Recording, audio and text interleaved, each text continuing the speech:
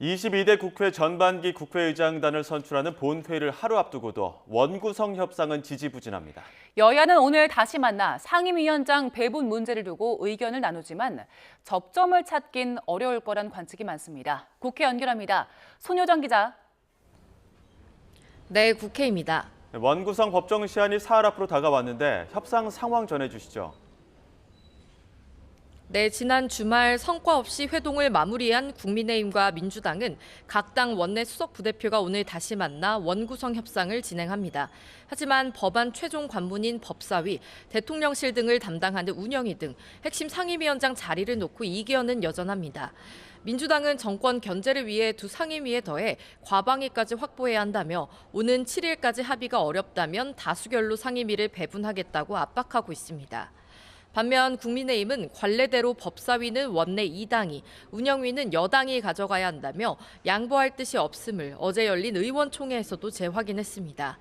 민주당이 마감 시한을 오는 7일로 못 받고 있지만 새로 선출될 우원식 국회의장이 여야 협의를 요구하며 며칠 시간을 더 줄 가능성도 일각에선 제기됩니다. 국민의힘은 야당의 일방적인 의사 일정에 반발하며 국회의장을 선출하는 내일 본회의에 불참하는 방안도 검토하고 있습니다. 네, 원 구성과는 별도로 여야 모두 22대 국회가 시작하자마자 여러 특검 법안을 발의하면서 공방을 벌이고 있죠. 네, 어제 국민의힘 윤상현 의원은 문재인 전 대통령 부인 김정숙 여사의 과거 인도 방문에 제기된 각종 의혹을 규명하겠다며 특검법을 발의했습니다. 김정숙 여사 의상 구매 의혹과 인도 방문 경위 등이 대상인데요. 여당 지도부는 일단 개별 의원의 법안이라며 당 차원의 특검 추진은 의견 수렴이 더 필요하다는 입장입니다. 의혹이 있다면 검찰 등 기존 사법 체계에서 먼저 규명한 뒤 필요할 경우 특검을 활용해야 한다는 겁니다. 김정숙 여사 특검은 야권의 각종 특검 공세에 대한 맞불 성격도 짙다는 분석인데요. 앞서 야권은 최상병 순직 사건 수사 외압 의혹에 이어 김건희 여사 의혹 등 정권을 겨냥한 특검법을 잇따라 발의하며 공세 고삐를 조이고 있습니다. 민주당 원내 핵심 관계자는 민생도 민생이지만 당분간은 특검 정국이 될 수밖에 없다며 어떤 특검을 우선순위로 삼을지에는 정무적 판단이 남았다고 설명했습니다. 또 윤상현 의원이 발의한 김정숙 여사 특검을 두고도 오히려 야권이 요구하는 김건희 여사 특검의 필요성을 강화할 수 있다는 해석도 내놓았습니다. 그리고 여야 모두 7, 8월 전당대회를 앞두고 있는데 각 당이 당원 당규 개정 논의에 속도를 내고 있다고요. 네, 국민의힘 당원 당규 개정 특별위원회는 오늘 첫 회의를 열고 전당대회 룰 개정 문제 등을 본격적으로 논의합니다.